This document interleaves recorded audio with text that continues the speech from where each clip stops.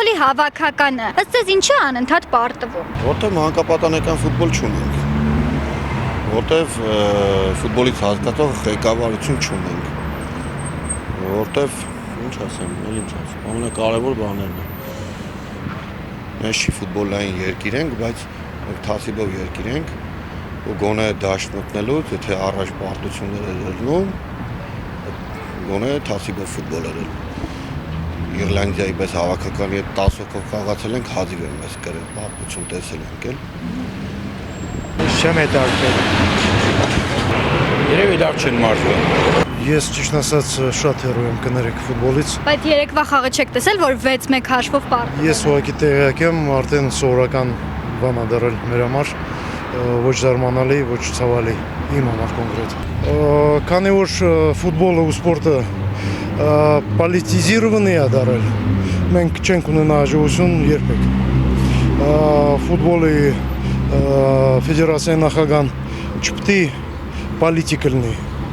պետք է ֆուտբոլիստ լինի, նոր մենք երևի կունենանք հաջողություն։ Խոստացել է, որ 3 ամսից ավելի մարտունակ ենք դառնալ։ Այդ խոստումները արդեն 20-30 ու ավելի տարին մենք լսում ենք, փոփոխություն չի լինի երբեք, քանի որ պոլիտիկներն են զբաղվում ֆուտբոլի հարցերով, ոչ թե սպորտսմենները։ Մեր ֆուտբոլի հավաքականը ինչու անընդհատ պարտվում ըստ ձեզ։ Տարբեր պատճառներով։ Օրինակ, Ամենագլխավորը երևի նա է, որ մանկապատանեկանին շատ քիչ ուշադրություն դարձել։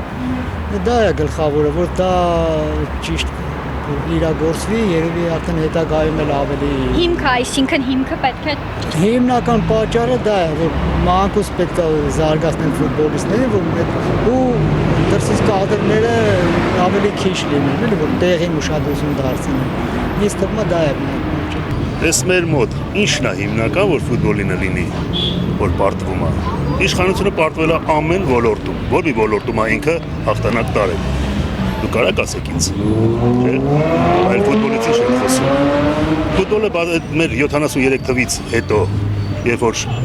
Եվրոպայի չեմպիոն, դրանից հետո մենք ֆուտբոլ ընդհանրապես չունենք ու երևի չենք էլ ունենա։ Որովհետև նորմալ մասնագետ չունենք, տրեյներ չկա, նորմալ եթասով չես զբաղվում։ Ինչ ասեմ, ցանկալի կլինի, որ